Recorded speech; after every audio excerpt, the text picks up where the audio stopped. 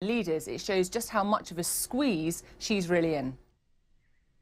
And that was political correspondent Alex Forsyth speaking earlier to Babita. Well, the Congress of the Philippines has approved President Rodrigo Duterte's request for a one-year extension of martial law on the island of Mindanao.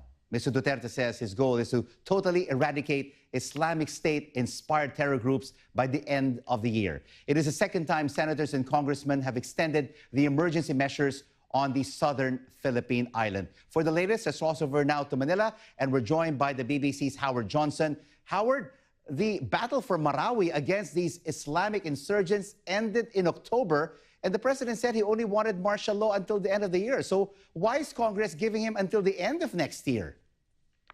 Good morning, Rico. Yes, the Defense Secretary, Delfin Lorenzana, was there on behalf of the president to put forward the case for the government. And he said they want an extension of martial law because the rebellion, as he called it, on Mindanao for these terrorist groups hasn't been fully contained. That's what he said.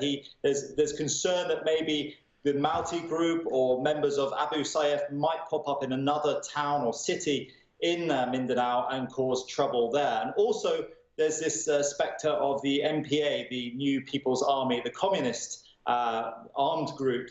Back in November, peace talks fell through with President Duterte, and he declared that they are a terrorist group. So there's also fear that there might be trouble from the MPA. So the government wants to have martial law for another year to contain these issues. All right, this martial law extension got a lot of support in Congress, but it wasn't unanimous. What were some of the concerns of the opposition regarding extending it until the end of 2018?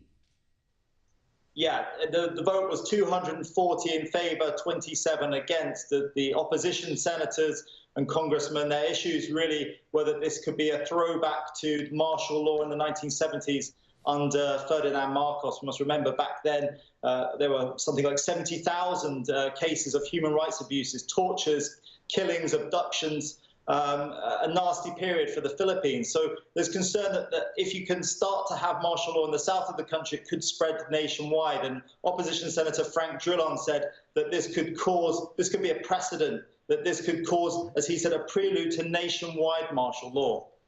All right, we'll have to leave it there. Thank you so much for updating us from the Philippines, Howard Johnson. Now, for celebrities.